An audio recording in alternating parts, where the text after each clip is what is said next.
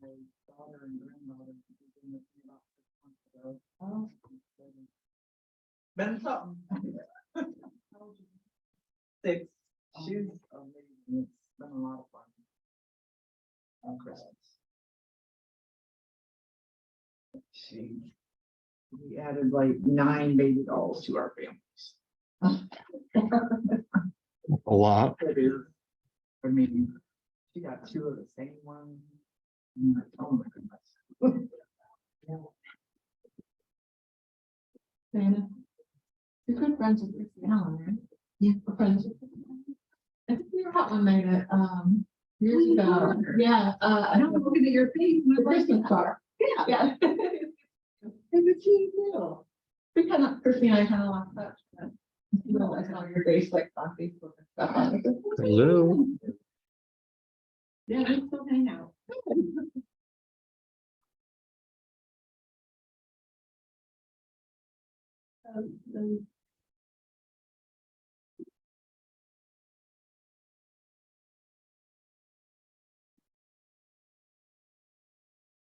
Wait a minute, see if anybody else gets logged in here as we get going. Maybe we could turn on some heat in here. It's a little cold. I was thinking my phone. When we're doing this, I was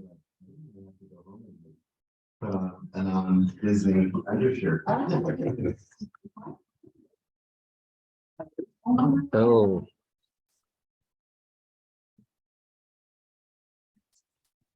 Oh. Sorry.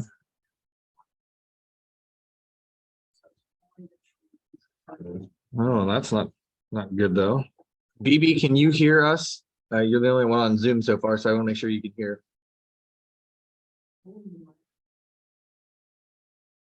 Maybe not.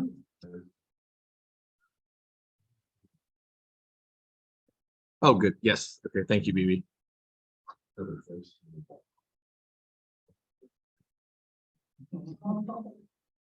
Yeah.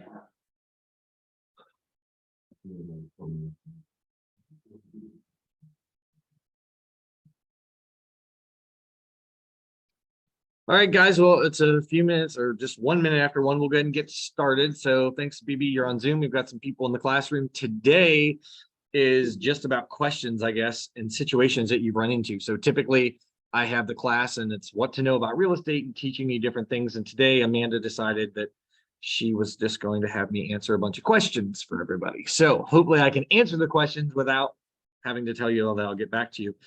There's a couple things I do want to share that I've learned today. So I don't know who sells in Carroll County, but we just got a letter in the mail, and I'll make sure to mention this at our meeting on the 20th, but they are talking about increasing the point of sale fees in Carroll County for septic and water.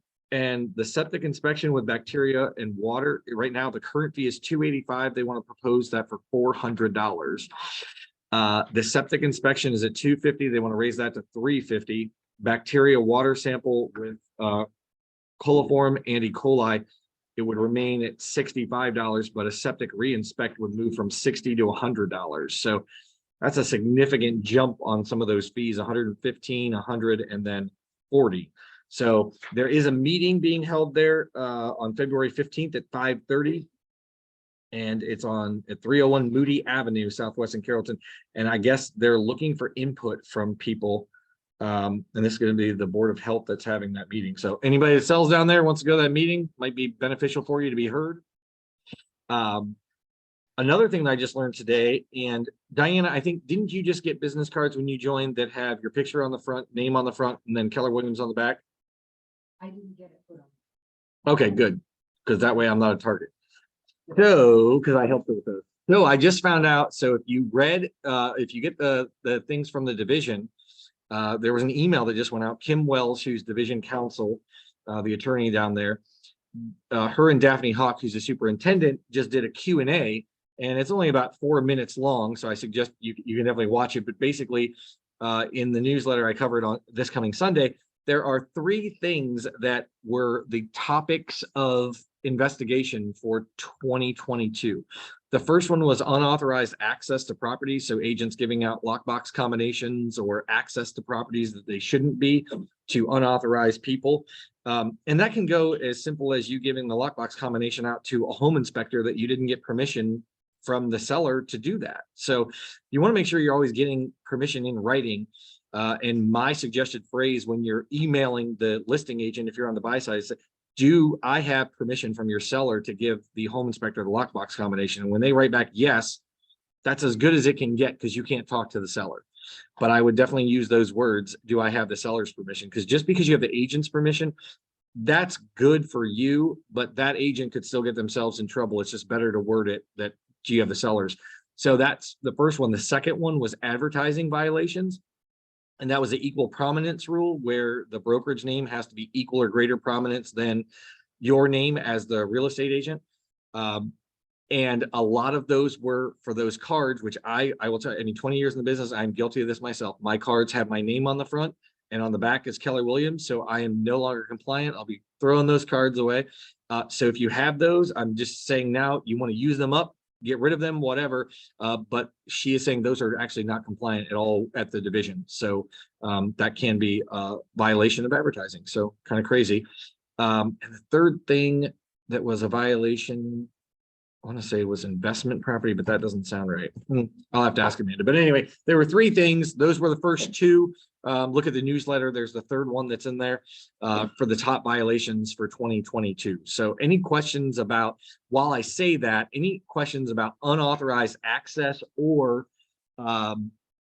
advertising?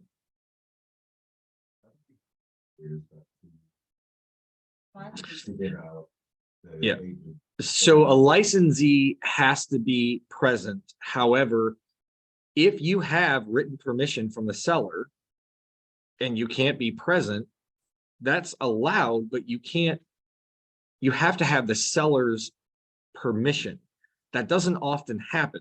What happens is, and I mean, I would even go to say, if you can't be at the inspection, Jeff, and you call me and say, hey, Rich, I want you to go be at this inspection, you should probably be letting the, well, not probably, you should be letting the listing agent know, I will not be there, but this human will be there. Are they allowed? Is that okay? Get the permission, because just because a licensee is there doesn't mean that any licensee can be there. And that goes for the unauthorized access. If you are going to be there and you don't tell the listing agent that I'm the one that's going to be there because you can't be, and you give me that lockbox code, you have given a code unauthorized by the seller or the listing agent. So that's the problem also when you're setting up showings on a property, when you're on a team and you just blindly go in and set up showings for everybody. And let's say I'm the one showing it, but Diana set it up and it looks like Diana Porterfield's going in and it ends up being Rich Cosgrove that opens a Supra or whatever. That's a problem. Or that I got the lockbox code because Diana gave it to me. That's unauthorized access. It's a problem. Well, they can be there unless you get permission From, right. Well, okay, so that's two things. You're going to get permission that the inspector can be there without you, that there's no licensee. And by the way, can I give the home inspector the lockbox code? So, I mean, yeah, those are two separate issues, but it's something that we do in our day-to-day activity that we don't even think about. Well, a lot of times, especially with radon, they're going to go back and pick up that radon monitor. Usually, and we don't go there and need them. I'll just give them the code. Yep.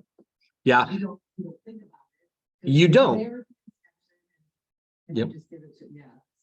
Yeah, I mean, I see Linda Sigler's on here. I mean, and her husband's a home inspector, so I'm sure that realtors give him the code all the time to go back in for radon and different things like that. But in reality, that realtor should be asking permission from the listing agent and the seller through the listing agent if they're allowed to give that lockbox code out in order for them to go in. It's the same thing with a pest inspection. I mean, since, well, for as long as I've been licensed, and, you know, I pick on Diana because she and I got licensed very similar almost 20 years ago. And we all the time, I don't know that I've ever really gone to a pest inspection when it's just been a single pest inspection as opposed to a home inspection and pest inspection. And we thought nothing of giving the lockbox combination to that pest inspector because they're in and out within a matter of 10 minutes, if that. So who's going to drive across town to go sit?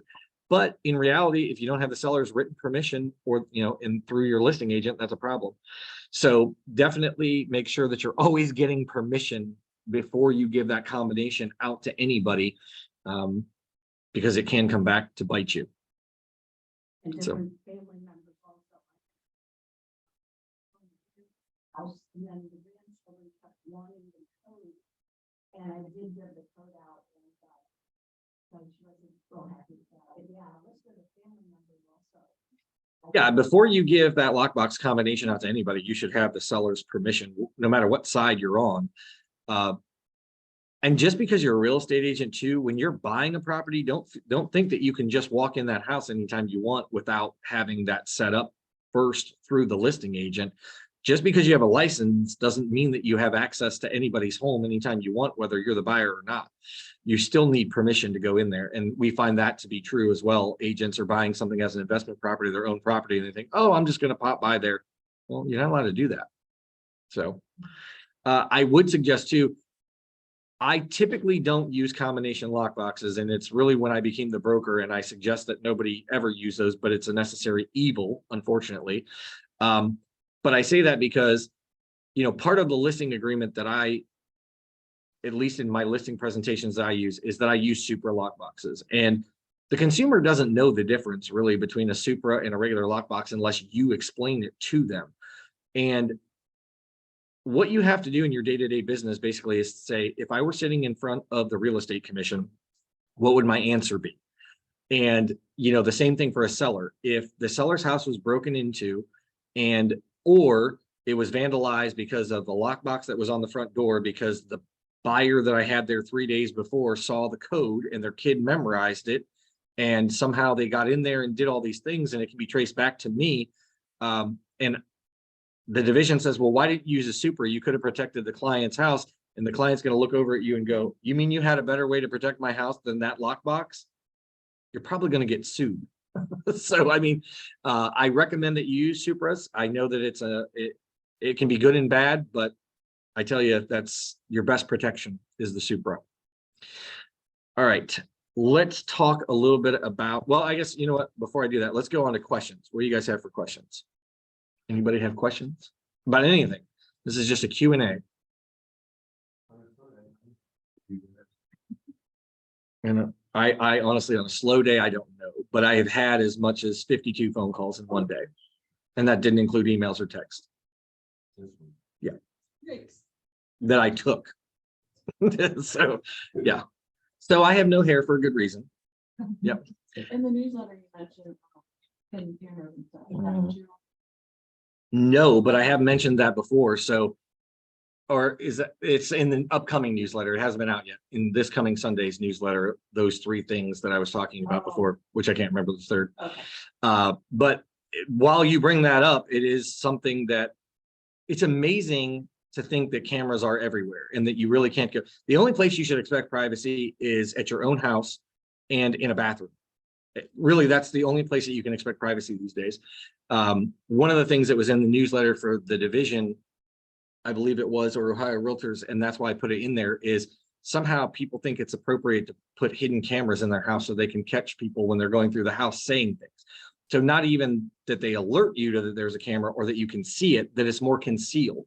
Well, video recording somebody in your own home, fine, you can do that. But when it's coupled with audio, that's where the law gets broken. You can't record somebody that is not a party to the conversation. So if I put my cell phone down right now and leave, but record all of you talking, that's illegal. But if I'm sitting here and I have my phone on record, I don't have to tell you that I'm recording that. I'm allowed to do that. So unfortunately, Ohio law hasn't really caught up with the fact that cameras are existence in everywhere, everybody's home, that our phones listen to us anyway. So, but nonetheless, yeah, the hidden camera thing, it's interesting that people are hiding cameras in their houses and then not letting people know when they're going through. If you have a discussion with your seller when you're listing the property, and it's in our listing agreement, it specifically asks the question, do you have video monitoring equipment in the property? Originally, brokerages were told, you tell the seller to turn that off. No, we're not telling the seller anything about that. Because if their house gets vandalized, they're going to come back on us and say, well, you made me turn off my cameras. I could have found the person, but you didn't tell me, or you told me to turn them off. So that's a problem. So we don't do that. We just say disclose it. So in the MLS, you would put in the broker remarks that there are cameras in the property. And you should automatically assume there are cameras in a property anyway, whether it's in there or not. Since there aren't a lot of questions, I'll tell you some things that we've been dealing with lately.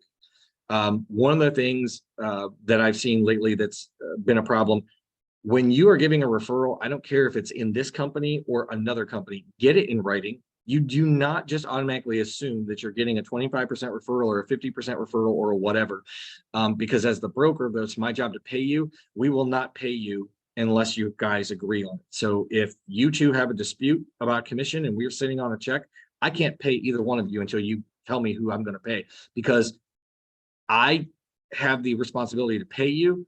It doesn't say in the time frame, even though we try and do it within 48 hours, but also I'm not going to be taken to court because I paid you 40%, you 60%, and now there's a problem. You figure it out between each other, or get it in writing, which is the best preference first. So we've seen that. If something is affixed to a property, write it in the purchase agreement. So we have, we've been dealing with something for the last 3 or 4 months. It's finally coming to a close. We represented a seller who decided that even though we advertised the property with surround sound in it, he decided that he was going to take the speakers with him when he left. And even though they were attached to the wall in various spots throughout the house, he was also an attorney, and he said it was not written in the purchase agreement that those were included in the sale. In the defense of the buyer's agent, they also were not excluded in the sale. So they were attached. And as we know, if it's attached, it's to stay with the property. So unfortunately, the agents ended up, after a few months of some tough negotiations and discussions and all that fun stuff, ended up buying this set of speakers to go back in the house because the seller will not return them. And even though the agents in this case may or may not be responsible for what the seller did, the buyer doesn't care. The buyer wants their speakers back. And your E&O deductible is going to be $2,000 or more. You might as well write the check if it's going to be less, because otherwise you're going to end up with a lawsuit. So it's things that we do every day that we kind of take for granted in a purchase agreement or a listing agreement. Make sure you're really paying attention, because I know in my career, I have bought refrigerators, I bought washers and dryers, I bought different things. I remember very specifically, I was just a very busy time in my career, and we use .loop. We don't really sit down with people anymore, and things get out of hand. I specifically sat with the seller. The seller said, we just bought this refrigerator. We're not leaving it. We're leaving all the other appliances. I excluded it on the listing agreement. I excluded the MLS. It ended up on the purchase agreement. I got it signed with the refrigerator, didn't pay any attention. The buyer, we close on the house. The seller moves out. The buyer gets there. There's no refrigerator. Now we've got a problem. Guess who bought a refrigerator? I did, because it was easier than getting sued, and it was my mistake. So I don't know. I just tell you, you can't get too hard on yourself. You're going to make mistakes in this business, but you can correct those mistakes even if it costs you some money. So questions, anything about that? Hey, Rich. Yeah. It might be a Lenny Lawrence or the MLS staff question, but can you address or answer how some brokers are able to put listings in the MLS with no showings until after closing? Yes. The answer to this question sucks. I'll just be very honest with you. So John Kurlich, who is the COO of MLS now, if you don't know him, I say get to know him. He's very good. All of the staff at the MLS, they're very good to deal with. Even when you're getting audited, they're pretty kind to deal with. But ultimately, the answer is, Linda, we either deal with the fact that a seller doesn't want a property shown, because I'll use an example. I think what you're kind of talking about is, let's say I own an investment property and I don't want my tenants to know that I actually have the property under contract, or for sale rather. I tell my agent, you can't show the property. I don't want to sign. I don't want anybody to know it's for sale. You can put it in the MLS, but I don't want my tenant knowing, because I don't want them to move out. It gets listed in the MLS, and Linda calls and says, hey, Rich, I want to show that property. And I say, we can't show it until we get an accepted offer on the property. And you'll say, well, how can that be? If it's in the MLS, you have to be allowed to show it. And that's true. You are allowed to show it, but it doesn't say it has to be available to be shown before a contract or after a contract is accepted. And the owner has the right to tell you when you can and can't enter their property. And because of that, the short answer is, from the MLS, would you rather them not put the listing in the MLS and then you don't have access to it at all? Or would you rather us have the information, let them tell us that you can't show the property, but yet you can get in before you close on the property, but after it's negotiated? So that's kind of their take on it. It's the same thing that I can say, you know, as all of us that are realtors in this building and in across the country, we hate the discount brokers that are putting in things, you know. Back in the day, there was a $9.99, well, there still might be a $9.99 fee to put something in the MLS that brokerages are doing. And then the seller negotiates everything. And all the agent got paid for was a $9.99 just to put it in the MLS. So, I mean, you know, from a business perspective, hey, all I have to do is put something in the MLS for $9.99 and I do nothing else. That's a pretty good deal for a business. Unfortunately, it dilutes the fact that you're a realtor and you're not doing your job. We hate those, and we would love to see those not allowed in the MLS, but unfortunately, they're allowed. And if we exclude them, the MLS can be sued. There's a lot of laws governing the MLS that we don't realize. Some of them come from NAR, some of them come from the government. And unfortunately, they're just following the rules as their board sees fit. So, Linda, even though we don't like the answer, that's their stance on it. And I understand that, but I'm going even further. There are, and I can't remember I'm actually with my granddaughter right now, and I can't remember the name of the company. Prodigy, maybe, is the brokerage. You cannot see the properties until after it's closed. Yes, I know what you're talking about. And I've seen those. It's an auction, right? No, well, it's an online auction, and they usually say property is occupied. And so I wonder how that all pans out. Like, are they tenants? Are they owners? Do you have to evict them? It just seems so muddy. Yeah, so typically they are owners of the property. And what happens is banks are trying to get out of listing a property, going through the entire foreclosure process that costs them money, and then listing with a real estate agent, because laws are different in all the different states. I mean, you know, what's true in Ohio may not be true in California. And unfortunately, Linda, the situation you're talking about, it's actually the bank that is listing the property for sale because they don't want to file for foreclosure. They sell it somehow before the owner is able to even buy it back or do anything. And the owner themselves are the ones living in the property still. That's why you're not allowed to trespass on the property or go to the property, approach the tenants or anything. And then after it closes, if those people don't get out, you as the owner are responsible to get them out. And we're allowing those in the MLS too, because again, of my understanding is we have to allow anyone that is a licensee or a member of the MLS. Anybody can be a member of the MLS if you're a broker, and we have to allow them to list the property. Yeah, I've seen a lot of. Thank you.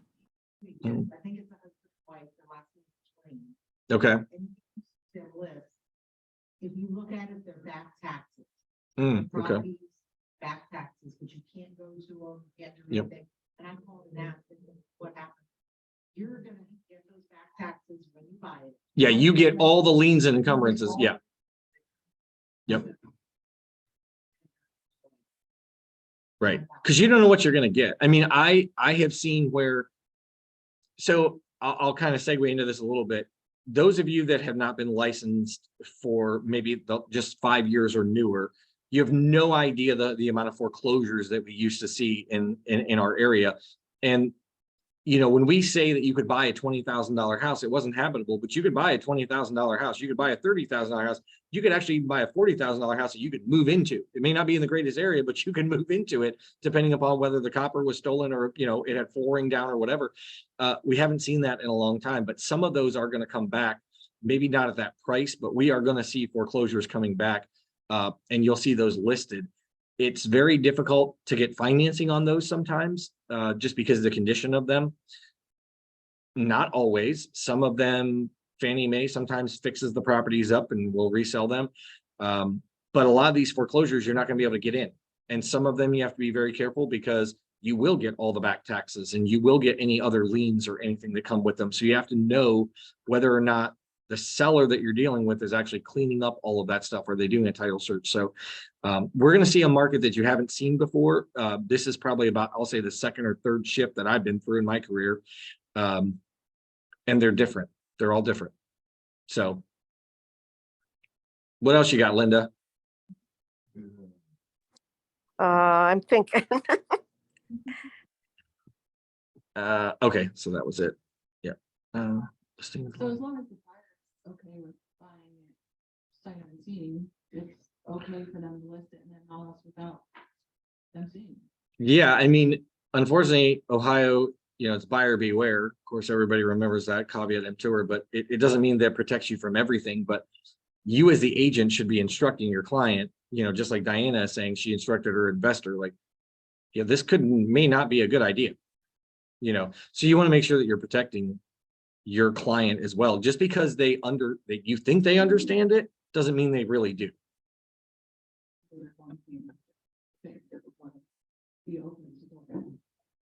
Most likely.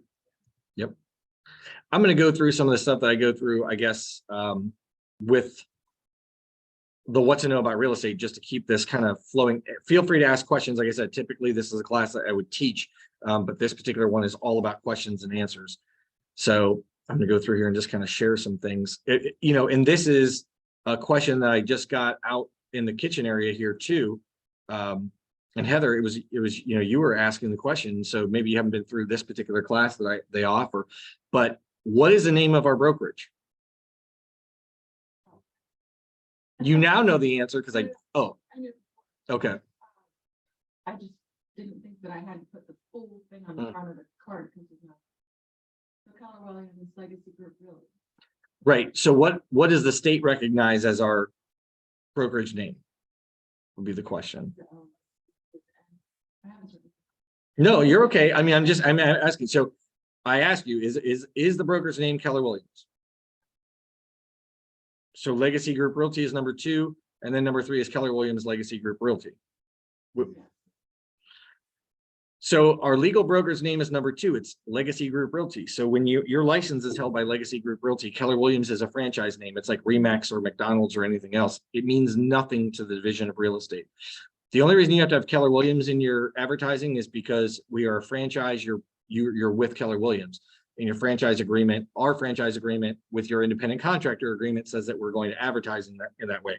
But as far as the state is concerned, Legacy Group Realty is the name of our brokerage. That's what needs to be equal prominence in all of your forms of advertising. So I can tell you we have some large teams here, and I see it all the time where the agent maybe gets a new car wrap, or they get T-shirts or something like that, and it doesn't have Keller Williams Legacy Group Realty anywhere on their advertising, or if they do, it's a tiny little thing down the bottom. The compliance rule is mandatory no matter what the advertising is. So whether it's your car wrap, whether you're getting pens, pencils, your website, it doesn't matter. You are supposed to have it equally sized, or actually I say prominence, because size doesn't necessarily matter. It could be the color, the placement, things like that. So I give this to you for an example to say which is correct. Which one of these would be correct if I were sitting in front of the division and they said, you have 4 different advertisements here, Rich, 3 of these are incorrect. Which one is actually correct if you go off prominence rule? Yeah. I think number 1, the first one is okay, right? They can be the same. All it is. I know it's confusing, but you're right at the bottom left, because Keller Williams Legacy Group Realty.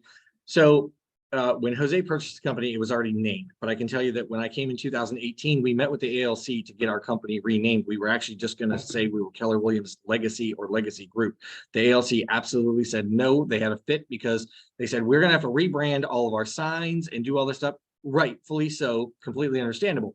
The reason that we were trying to get it renamed is because Legacy Group Realty is kind of a mouthful when you are putting it on a card even. So to your point, so if you have, Rich Cosgrove, Keller Williams Legacy Group Realty, well, Legacy Group Realty has to be equally or larger in prominence than Rich Cosgrove.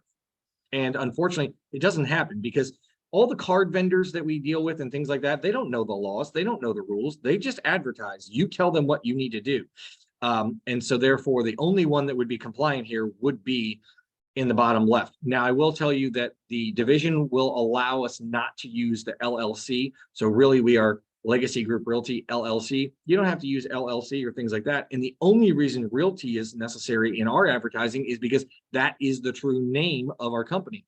So for example, the previous company that was at was Remax Crossroads Properties. Well, a lot of those agents don't say Remax Crossroads Properties. They just say Remax Crossroads. Properties is the legal brokerage name, is Crossroads Properties. So unfortunately, that's a problem. So if you advertise with just Keller Williams Legacy Group, you could potentially see yourself in trouble at the division. Now, there are 6 investigators for the entire state of Ohio. So they have other things to do. But if the number 2 complaint that they saw at the division last year was advertising, it's because somebody's turning somebody in. And the more successful you are, the more eyes you're going to have on you. The more successful you are, the more people are probably going to not like you and turn you in just because they're jealous. And so it is, and it can, well, it can be up to a $500 fine for every single piece of advertising that you have out there that is incorrect. So if I have 10 real estate signs out there and the division wants to make me an example, they could fine me up to $500 for all 10 of those signs. So California Group really, by and large, is supposed to be on the front of my business card, right? That's right. If you don't have your own, then you're not. Right. But I can leave off. You can leave off the LLC. They don't care about that. Yeah, it could be KW, because again, the state doesn't care about the franchise. But KW allows you to advertise as KW or Keller Williams. Legacy Group really. For the division, that is true. But you are part of a franchise at Keller Williams, which we also have to be compliant with their advertising rules throughout the nation. Okay. Well, throughout the world, because I mean, they're worldwide. So yes. Yep. Okay. All right, let's skip down through here and just see advertising the listing. I'm sure this is going to come up more and more and more. If you're advertising a listing, you have to ask yourself the following questions. Is the listing yours? Okay, well, that's easy. If the listing is yours, then you can go ahead and advertise it. You're fine. Does the listing belong to Keller Williams Legacy Group Realty? Well, let's see. If it's no, then you shouldn't be advertising it unless you go to the next step, which I'm going to go to. If it's yes, then I don't care as a broker that you advertise another agent's listing in our brokerage, but I do have the policy to say, you need to go ask that agent, because perhaps my $1 million listing that I've worked my entire career for that I got, I don't want Jeff finding the buyer. I want to try and find the buyer, right? And I don't want him advertising on his page. And I want to make sure that this particular seller, they are so strict on what I can say and what I can't say. I don't want Jeff just going on and saying, hey, look at this great new listing our brokerage has. So my policy is here. If you want to advertise a Keller Williams Legacy Group Realty listing, ask the listing agent. If you don't have their permission, then I'm going to tell you no to. Yeah. Yep, absolutely. You would be amazed at the amount of agents that share another brokerage's listing on Facebook soliciting buyers. Why not? Say, agent that does it all the time. Yeah. It- Other people's. I don't know, because they're brokerages listing, not. Right. Anybody. So here's the thing, if you do have, you have to have the broker's permission, by the way. So, I mean, if I know an agent at Howard Hanna or Cutler or DeHoff, and I say, hey, do you mind if I give your listing, like advertise your listing on Facebook, and they say yes, that still doesn't give me permission to do it. I still need the broker's permission. The broker owns the listing, the agent does not. So I would need to be emailing one of those management level licensees or brokers and get their permission in order to do that. The other thing is too, is you also still have to make sure that you are giving the nod to that brokerage. So I could share, if a Howard Hanna agent posted something and I got permission from that manager over there to go ahead and advertise it myself, I still have to put in the advertising that it's a Howard Hanna listing by whatever agent. I can't just say that, look at this great new listing and make it look like it's my listing, because that's false advertising. So you're going to see, as you know these rules, I'm going to tell you right now, every agent, almost every agent violates one or all of these rules. And because we're a self-policing agency, you're not going to see anybody getting turned in unless somebody actually turns them in. They're not going to get in trouble for it. I mean, I can tell you right now, aside from the advertising thing, I got a call yesterday from one of our agents that said, I saw XYZ listing, an agent from XYZ company, they put a sign in the yard. The sign has been there for longer than 24 hours. It's not in the MLS and I need the information. So we'll call the agent, see what you can get, see if they'll give it to you, see when they plan to put it in the MLS. So they called the agent. The agent said, "Yo, we're actually putting in the MLS tomorrow," which meant today. So now we're going on 48 hours that that listing hasn't been in the MLS. Well, for MLS rules, you have 48 business hours to put it in. So if you got it on Friday, the listing, you actually don't have to have it put in until almost Tuesday, basically, depending upon when you got the listing. But for NAR's Clear Cooperation Agreement, you have 24 business hours to put it in the MLS. So that agent was not compliant by putting that sign in the yard. They publicly marketed the property and did not put it in the MLS within 24 hours. It could be because they were trying to procure a buyer on their own. It could be they already had a buyer. Who knows why? The problem is they weren't compliant. So what did the agent ask? She said, "Well, what can I do to get this brought up to the MLS?" Well, the moment that it becomes listed for sale in the MLS, you can click on in the top left-hand corner, right under the picture of every listing, there's a report a problem with this listing button. You click on it. No, it's not necessarily anonymous. The other agent does not have a clue that you turned them in, but the MLS has a track, like they know who you are, right? You clicked on it, you were logged in. They're not going to tell the other agent who you are, so they tell you it's anonymous, but they know who did it, but the other agent doesn't. And I said, you need to click on that and have them audit the listing, because that particular agent does it on a regular basis, and hopefully they'll get caught.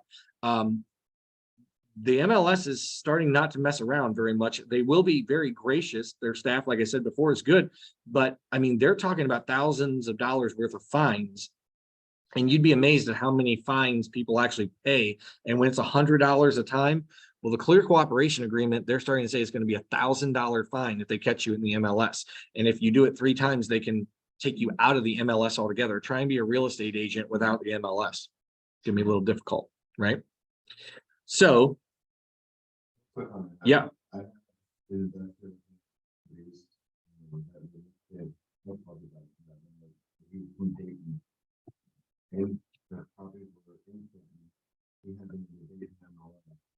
Yes.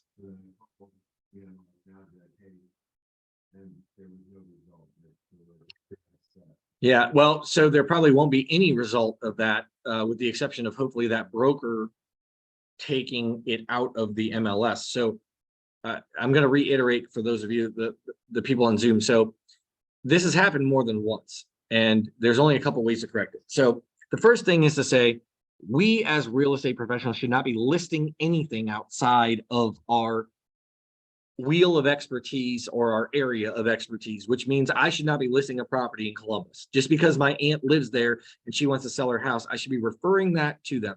Just because I'm a member of that MLS doesn't mean that I should sell it, right? Because I have no idea their point of sale inspections. Same thing on the buy side. Just because my cousin wants to maybe move down there, I probably shouldn't be driving 2 hours to sell them a piece of property that I have no idea what's going on in that area. Agents do it all the time. So in your particular instance, there was an agent out of Dayton that actually was going to list properties up here. He had a family member or whatever that wanted to list with him. And rather than referring them up here or him joining the MLS now, which is in our area, he decided to list the properties in the Dayton MLS. They were not listed in MLS now. Well, the public could find them, right? Because it goes out on all the different websites from an MLS. But agents, we couldn't find it. You know, we had clients calling and saying, "Hey, where's this listing information at?" We had no idea. We didn't even know the properties were listed for sale. Well, then we track it down. We can understand that he's in the Dayton MLS, which we don't have access to. So we're going to realtor.com or wherever to find information and then trying to set up a showing. Well, the way the rule is for MLS, if that broker is not a member of the MLS here for MLS Now, they do not have to put it in MLS Now. He was well within his right to put it in the Dayton MLS because that's where he was a member at, even though it wasn't in that territory. So MLS Now can do zero about that. However, I have called those brokers and said, what a disservice you're doing to your seller, because 9 times out of 10 it's gonna be an agent up here that's selling it and I don't have access to it. Some of the brokers have said, tough. Some of the brokers have said, I can't believe this agent is doing that. I'll take care of it right away, and have removed it. There was one that was so bad that this lady was calling up here. In fact, she wanted Susan Schmidt to actually list the property and wanted Susan to list it in the MLS for her. And she was willing to pay her $200 to list it in the MLS, and then direct all traffic to this woman out of Cincinnati. But it was her mother's property that had passed away up here, and she didn't want to refer it. Susan called immediately and said, Rich, this doesn't sound right. I don't think I can do that. I said, no, you can't do that. You are a member of the MLS. If she wants to list it, she should be a member of the MLS, and you can't direct traffic to somebody that's not a member of the MLS. So that's how that works. But I will give you one more example of this, just to be very clear. As your broker, we are members of the Ashland MLS, which is all of Richland County.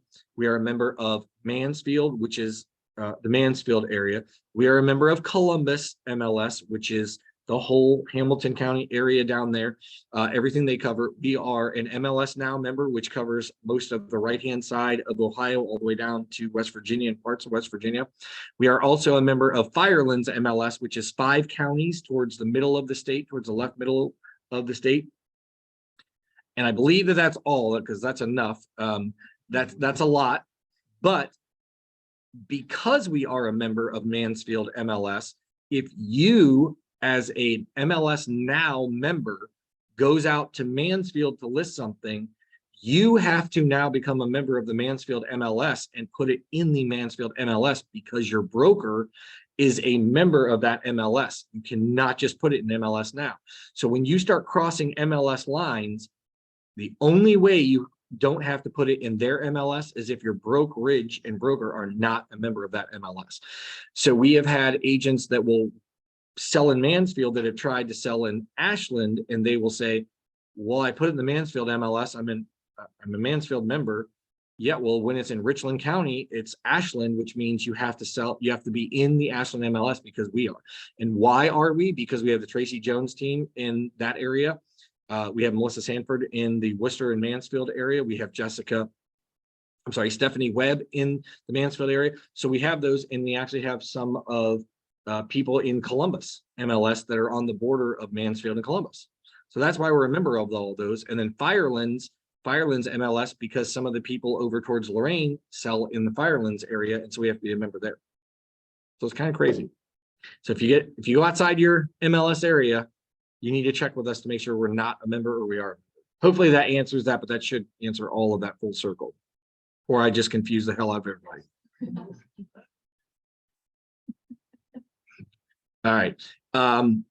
There are 4 addresses that you have on the screen here that you can put as a return address. We have our main office here in Canton. We have our office in Worcester, and we have our office in Mansfield, which is the Ontario address. And then we have Jose's office in North Canton. Now, most of you will not use the bottom 3. You're only going to use the Higbee Avenue. But I bring this up because a lot of people don't realize that when you're sending out holiday cards or you're sending out whatever, you cannot use your personal address from your residence, and you can't use any other address unless it's an authorized address by the United States Postal Service, approved by the Division of Real Estate with our brokerage. You cannot put that as a return address. Now, if I'm sending out holiday cards for my friends and family, I can use whatever address I want. And if I'm sending them out to clients and friends and family, perhaps I can get away with saying, oh, well, I'm sending that from my home address because it's my friend. But if you have Keller Williams in there or anything about real estate solicitation, it needs to have this address on it. If it has a solicitation of any kind for real estate, it has to be one of these addresses. Mhm. Yep. Yep. You have to put The address is fine. Yeah, but if you have anything on the inside of it that's a solicitation or just saying, hey, I'm a realtor, look at me, it needs to have this address on it. But you wouldn't necessarily, just my opinion, want clients or prospective clients to actually know where you live. No, you don't. So That's you true. think the business address- Yeah. Yeah, it can be public record, but you can also, most people, Most people don't realize. they don't. get stuff. Well, I got in real estate, I had to do that you could look up at. Yeah. I mean, how many people, once, as soon as you got in real estate and realized the auditor site was available, how many of you went to that site and typed in everybody's last name that you need to figure out where they live, right? We all did it. Oh, yeah. Yeah. Yeah. They didn't know I did. So a couple of years ago, I learned something that was interesting. I was, there was a property in Marlboro Township, beautiful house that my clients wanted to see. We wrote an offer on it and I could not find it in the auditor site anywhere. And I called the listing agent. I said, why is this property? It has an address. It's a real place. I've been there. I've seen it. And why is it not on the auditor site? Well, he was a Stark County sheriff. And if you are in a position of public arena, basically as either a judge or an officer of the law or a council person, if you have the request submitted to the auditor, they will omit your information to where they are not on there. So people, when you make them mad, they can't find you. So yeah, so that was nice. So I give that information to you as well. If you work with any clients that are of that caliber, that maybe perhaps you might say that, because you can be more than a real estate agent to people. You can be their advisors on a lot of things. You know, I'll bring up something that I also, after purchasing a property, a condo, that I've learned, and Janet Jarvis, who was here this morning, who was teaching a class from our Elevate office, something that she and I just had in common, and we're talking about, she bought her condo 19 years ago. And, you know, we trust our agents, not our real estate agents, but also our insurance agents, right? Well, when you have a client that's buying a condo, I'm here to be a public service announcement to tell you, don't just assume that that agent is going to protect the consumer on a condo. The reason I say that is because not only her, but also in my what I ran into is the agent gave us an automatic $6,000 for the dwelling, whopping $6,000 for the dwelling. Okay. Two different companies, two different states, $6,000 for the dwelling and $20,000 for personal property. Building coverage. Building coverage. Yeah. Well, you were in insurance, so this is obscene to you. It was obscene to me and I wasn't even in insurance. But anyway, now when you sell somebody a single family property and they buy it at $200,000, right? They want it replaced if it burns down, which means they probably need a little more than $200,000 because of replacement cost versus what it is to purchase. So I say again, we got $6,000. This particular agent that was just here, she has lived in the property 19 years. Sadly, a pipe burst on Christmas Day or the day before, flooded a portion of her condo. The insurance company gave her $6,000 because that's what her policy was. And she said, what are you talking about? I paid X for the property. I've lived here all this time. What am I going to buy for $6,000? Well, that's the policy you had. And I can tell you from experience, for whatever reason, if you don't have a good insurance agent, this is twice in the last month that I'm aware of this. Condos, for some reason, even though you're responsible for the walls in, like the dry walls in, if that property floods, you are responsible for your own baseboards, your own wiring, your own drywall, your own insulation, your own piping, your own furnace, all that stuff in. No, you're not responsible for the roof and the siding and all that stuff, but it costs a lot more than $6,000 when something happens. So I say that because purchase a property, a condo. Now I said, I want $200,000 to cover the interior of the condo for the building. And then I want 50 or 60 or whatever for my contents. And this agent happened to be newer and said, well, you know, we usually only do it over a portion or a percentage basis. How does $62,000 sound? And I said, I want $200,000. Like, what do you not understand about what the words coming out of my mouth? And this is the second time like I'm sharing with you in 2 months. So be more than a real estate agent to your clients too. When you're selling them a condo, they may not understand, or their agent may not be real well versed in what it is between a condo and another property, a single family. So make sure they get good insurance, or at least advise them in the right fashion. So I share that. Any tidbits since you were in insurance? You were in insurance. Any tidbits on that? Agency. And with all my experience, I would still get confused about condo units. Because there's like condo units running to others. And then, some people don't understand the wall-in type thing, and then there's different coverages specifically for condo unit owners. I'm not surprised that there's agents out there that don't know Yeah. what they're doing. But it's good for you to know, and it's good for your fellow agents to know. I share that because you could really protect the consumer. I mean, think about this. An agent that we have had that's lived in her own property for 19 years, had she known that, think of how many people, or her agent before she was an agent, could have helped her save her from this disaster that she just ran into, right? Clearly, someone's not reviewing the policy. It hasn't reviewed it. Um, 5, 10 years. I don't even think you can buy appliances for $6,000 right now, right? So, I mean, so there's a lot. So another thing, since we talked about MLS, and I know there are a few newer agents in here to KW, one of the things about the MLS is here at KWLG, you are responsible for entering in your new listings. You're responsible for status changes. Status changes need to be made within 48 hours. So if something is pending, you need to mark it as pending as such. You only have 14 days to mark something as sold. So if you, and that's a long time to have that available to you. So you shouldn't be running into the problem where they're not. And as you get used to it, but you can get very busy and forget all about changing the status of these properties, right? Two of the statuses that I want to go over are the under contract allow showings and under contract no showings, because that's not your decision. That's the decision of your seller.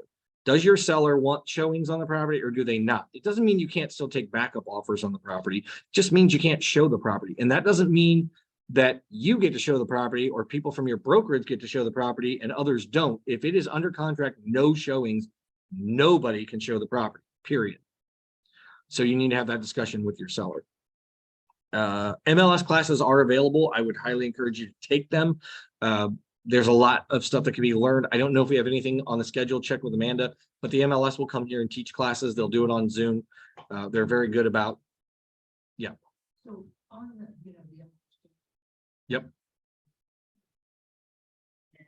So do you like, we can't change it if you sign it, or we can sign it? You can sign it and change it. The only time that I need to sign anything is if you are withdrawing a listing with release.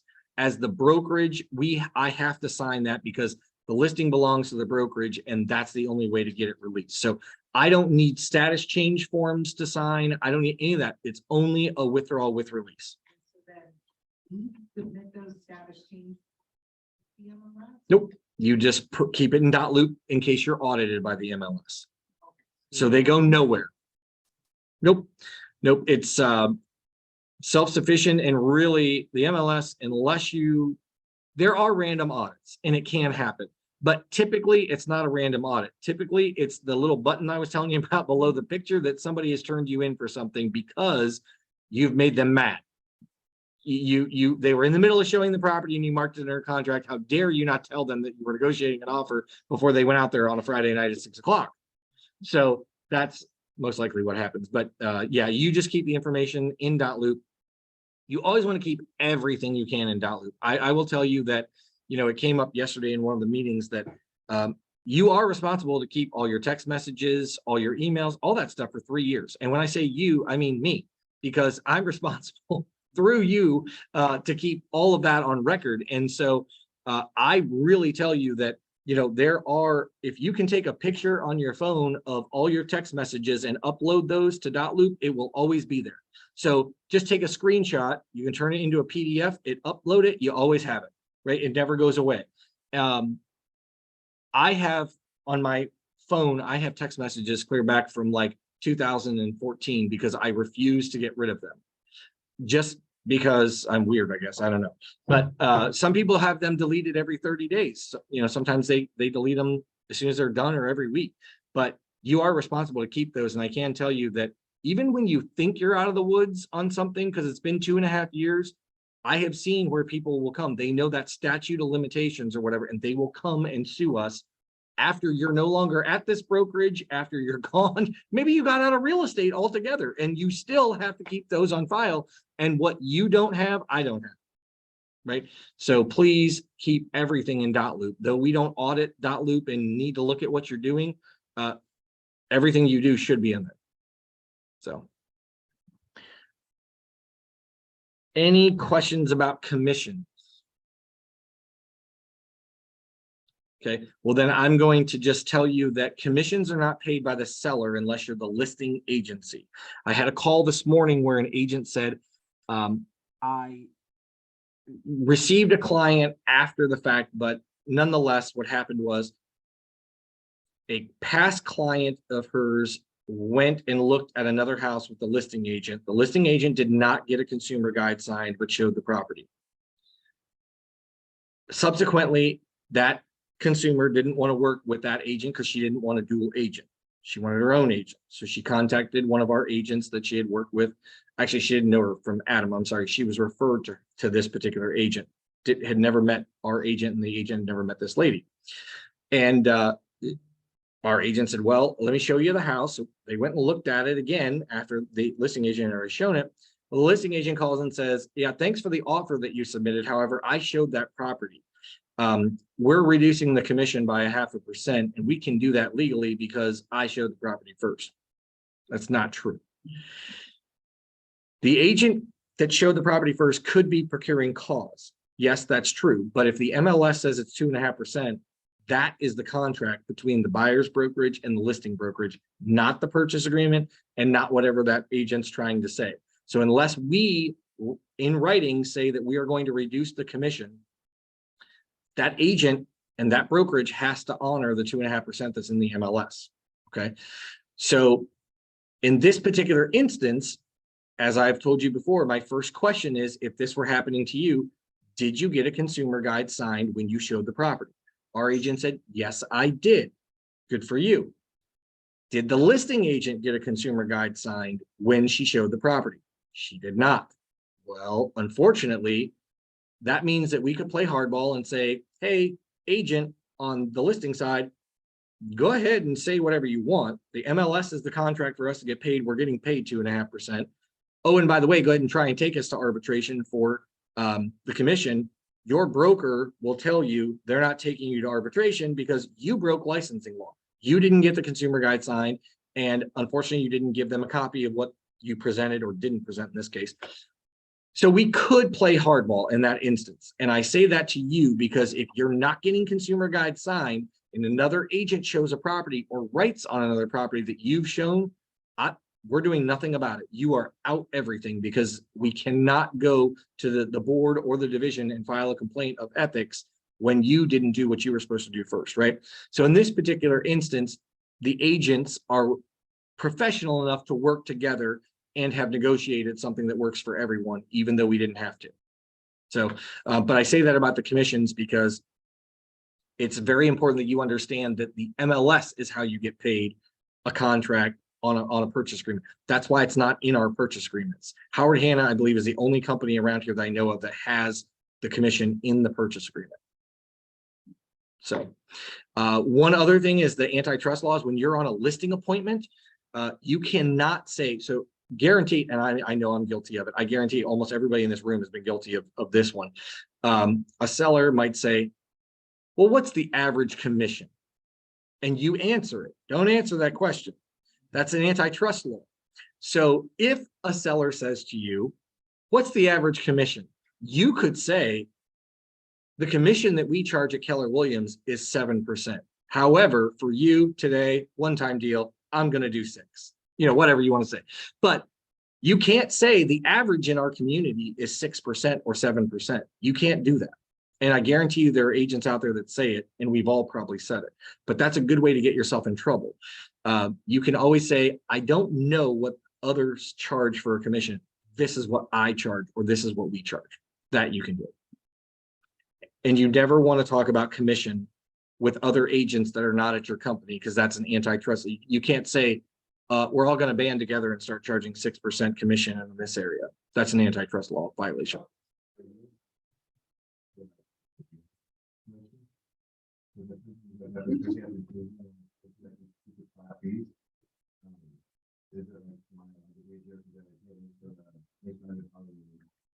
I mean, if you want to, but I will tell you, rather than that, you shouldn't be looking at the commission before you show the property. Okay. But I'm going to give you, for instance, if you want to try and combat this, if you look at the commission before you show a property and you don't agree with what's in the MLS, you can email or call that broker and ask that broker if they would increase the commission to whatever it is that you want. Okay. If they agree to it, get it in writing. You're golden. Show the property, write an offer, you get that commission.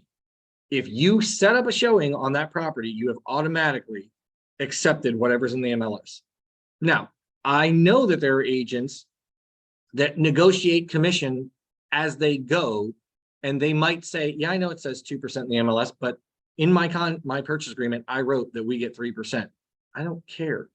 The MLS is the contract in which you get paid, not the purchase agreement. The seller is not paying the buyer's brokerage. The listing brokerage is who's paying the buyer's brokerage. Now, that is fact. However, that doesn't mean that uneducated agents and brokers will not still say it's in the purchase agreement. If you don't do this, I'm not closing, or whatever.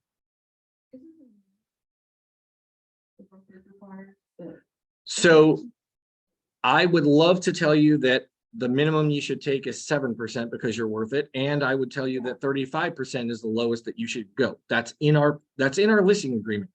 However, you know, another great opportunity here being at this brokerage is I don't monitor, and I say Keller Williams as a whole, we don't care if you think your service is only worth $1,000 and that's what you're going to accept, go for it. We'll keep thinking that. That's good. It's a 7%. No, it's no, there isn't. No, there is nothing. You can offer whatever you want to a co-broke. You can keep whatever you want. If you get a 7% commission, you can keep 4% and give 3% away. Though I will tell you, if you're looking for longevity in this business, you will start to learn real quick who those agents are that are taking a 5% listing, giving you 2% on a $70,000 house. And unfortunately, you don't want to work with those people. So we were looking for a house for my fiance's son. Mhm. And I was talking to the owner of the house. He's a friend of fiance's, and he had said he had spoke with a KW agent about maybe helping him like for a flat fee. And like alarms went off in my head because I was thinking there was a minimum percentage that he would be. Brokerages can set a minimum. I'll tell you, our sister company in Strongsville, Keller Williams Elevate, it is mandatory at the ALC, the Agent Leadership Council, at that brokerage has decided you can take whatever commission you want as a listing agent, but you will not at our brokerage offer less than a 3.2 to a buyer's agent. That's what they want to be known for. Now that's very controversial at that brokerage, but that's what the ALC has said. Here we don't have that. If you want to be known as the 2% queen, and that's what you're giving away. No, I know. I'm just saying, yeah. There's no minimum. I'm thinking about what I would need to share. So if I made a flat fee of $1,000, say I'll help you kind of market this house. Yep. I'm thinking that I need to share a percentage with the market center. I'm just trying. You do. Well, the $1,000 though, let's just say it is $1,000. If you give away 500 of it and you keep 500 of it, whatever your split is, we're taking the 500. So 3% goes to KWRI and then your 80-20 or 70-30 split. You're not going to cap very fast. You better have a lot of transactions. And I don't suggest doing that to yourself. But you can. I mean, if that's really what you want to do is sell yourself short on what you offer a consumer. I was more concerned that other person is handling it correctly, more than me trying to. No, it depends on what their brokerage allows. You guys, because as a brokerage, Yeah. they all had a minimum commission of 3,500. Mhm. And I tell you, you should get that, but if you don't, you can, Cause on a $50,000 house or a $40,000. Yeah. house, you still wanna get it. you do. Absolutely. Yeah, you do. And I mean, but I have seen people where they have said, so, you know, that with the capping model, that's the difference too. With the capping model, let's say, for example, Diana, you are capped. You've paid your 15,000 to KW and you've paid your 30,000 to KWRI or one or the other. It doesn't matter. And you say, oh, you know what? This is my best friend over here. They're falling on hard times. They're getting a divorce or whatever. I am going to list their house and I'm only going to take $1,000 of commission on my side of the transaction, but I'm going to get 3.5%. I'm going to give that away or 3% or whatever. You can do that. That's up to you. We don't care. You're only selling yourself short. That's the problem, right? I mean, we could implement a minimum, but those situations do come up where you really do want to help somebody out. And you can do that whether you're capped or not.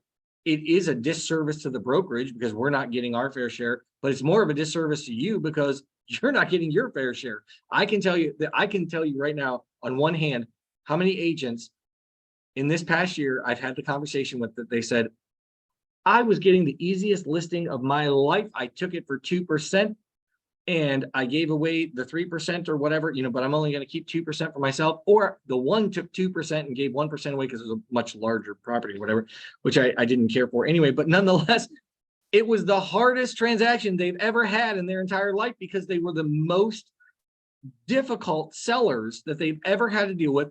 Septics are bad. Financing's falling through, the deal falls through, they get another one. Like, so don't sell yourself short. Even when you think it's going to be super easy, it probably isn't. So there is not a minimum commission, though. The minimum commission I suggest for you is what you're worth. Charge that. And, you know, I've never used this, but I had an agent one time, a broker or agent, whatever they were, said to me, it was in a class somewhere, and they said, well, what do you do when somebody says, will you negotiate that 7% commission? And the person said, well, yes, I will. I will go up to 10. How does that sound? And somehow that seemed to diffuse the situation and it got them to laugh and it stopped them from going, oh, but you won't do 5. Like it was just, that was the reaction. So, but I know I've lost listings that did sell very quickly over me saying, I'm sorry, I will not go below 6%. And another agent would do it for 5%. Did I kick myself in the butt? Yeah, probably, because at some point that it sold fast, something is better than nothing. But I showed them the value in my plan and all that stuff. I'm worth it. And if you don't think you're worth it and they can negotiate with you that well, they're going to get you every time. So You need to set that boundary. you need to set that boundary. That's right. And I will tell you, not to be a name dropping person, but we all know who this individual is. And I have to say that she is a class act. Joanna Belden is a very class act in this area. She is, her mother-in-law was in this business. That woman, I bet her average sale price is probably between $600,000 and $800,000. You do not ever see her in the MLS giving you something less than 3%, even on those large properties. She is a rock star in negotiating a commission, even on higher end homes, and fair enough to give it away. So if she can do it, you can do it. And she was very good about, I have a listing that gave the 3%. Yep. You know, called and said, thank you very much, you know, for offering the 3%. Yep. Because a lot of them do that. That's right. So, and you get what you give. So, all right, guys, I got to wrap it up unless there's any other questions. Okay. Yeah, go ahead. Yeah, I have just a few minutes because I have to get to Cuyahoga Falls. So where I would go with this, but what are your thoughts about the MLS when they do the description of the property and it says move in right? Would you suggest using that terminology or language or not? Well, the licensing law calls it fluff, and you're allowed to fluff. So I can't tell you can't do that. Move in right. No, but I also wouldn't recommend completely renovated, because people that say completely renovated and then the home inspector gets in there and there's knob and tube wiring and things, was not really completely renovated, was it? But it's interpretation. So no, I would not recommend move-in ready, but that's just my opinion. Legally, it's allowed. Yeah, it's fluff. And it could be, but you know what? You could have something that has mice infestation and you could use move-in ready if you want to. It's all up to the interpretation of the person that's buying it. That's what happened to me. The buyer was upset that the listing said move-in ready and they thought it wasn't, and that it was like false advertising. It's fluff. They wouldn't have probably gotten anywhere with it, but perhaps, you know, with a good lawyer, they might, but not typically. So next month's class is going to be on purchase agreements. That we'll go through the purchase agreement and some of the addendums. Like I said, this class was a little bit different. It was just more of a Q&A, which we haven't done before. So I appreciate everybody's questions and coming to it. Hopefully you learned something. Have a good day.